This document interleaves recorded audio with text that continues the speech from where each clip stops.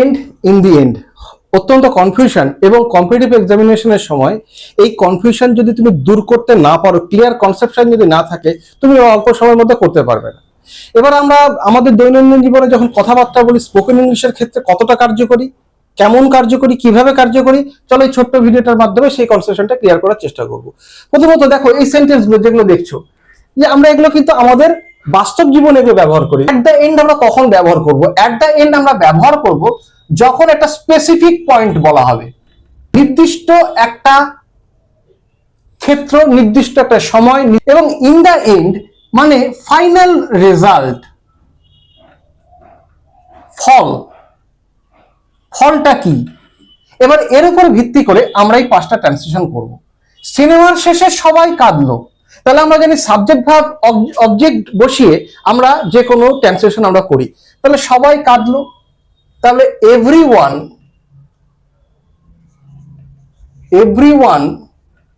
Cried, সবাই কাঁদলো, হয়ে গেল।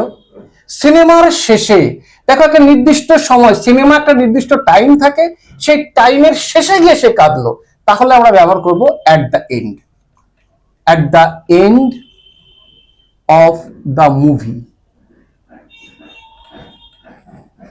দিনের শেষে আমি ক্লান্ত ছিলাম, তাহলে আমি ক্লান্ত ছিলাম দিনের শেষে, এটাও লিখতে পারি।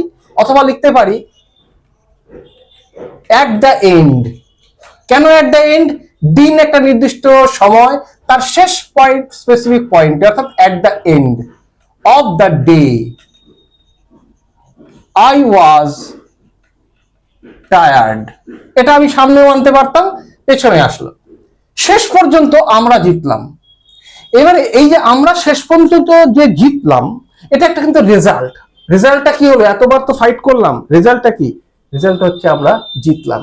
তাহলে অবশ্যই রেজাল্ট যখন হবে তখন ইন দ্য এন্ড। তাহলে in the end we won. সে অনেকবার চেষ্টা করলো কিন্তু শেষে ব্যর্থ হলো, অর্থাৎ আমার রেজাল্ট। তাহলে রেজাল্ট হলে অবশ্যই ইন দ্য এন্ড। তাহলে সে অনেকবার চেষ্টা করলো, he tried many Times but failed, ব্যর্থ হলো ইন দ্য এন্ড। আশা করি বুঝতে পারছো। এবার বলো তো এটা কি হবে? দিনের সিনেমার শেষে একটি মোচড় ছিল, অর্থাৎ একটা টুইস্ট ছিল সিনেমার শেষে। তাহলে সিনেমার শেষে মানে একটা নির্দিষ্ট সময় থাকে সিনেমা, তার শেষে। হ্যাঁ, ঠিক ধরেছো। তাহলে কি হবে? At the end. At the end of the movie একটা মোচড় ছিল, দেয়ার ওয়াজ আ টুইস্ট। তাহলে এবার বটম লাইনটা কি? খুব সংক্ষেপে মনে রাখার জন্য, এটা এতক্ষণ কনসেপশন বাড়ানোর জন্য আমি ব্যাখ্যা করলাম, ট্রান্সলেশন মেথডে এটাকে আমি প্রমাণ করলাম, এবং এখন আমি সংক্ষিপ্তভাবে খুব ইজিলি মনে রাখার একটা ট্রিক তোমাদের বলে নিই। অ্যাট দ্য এন্ড, তারপরে বসবে অফ, তারপরে বসবে নাউন। আর ইন দ্য এন্ড তারপরে এরকম অফ বা নাউন বসবে না। দেখো প্রত্যেকটার ক্ষেত্রে at the end of noun, at the end of noun, কিন্তু ইন দ্য এন্ড এর পরে কিছু নেই। দেখো ইন দ্য এন্ড এর পরে কিছু নেই, এখানে দেখো অ্যাট দ্য এন্ড এর পরে নাউন। আশা করি কনসেপশনটা এই ছোট্ট ভিডিওর মাধ্যমে তোমাদের ক্লিয়ার করতে পারলাম। কম্পিটিটিভ এক্সামিনেশনে এটা যত প্র্যাকটিস করবে, মাথায় রাখবে, চট করে সেখানে অ্যান্সার হবে যে অ্যাট দ্য এন্ড এর পরে অফ, তারপরে নাউন।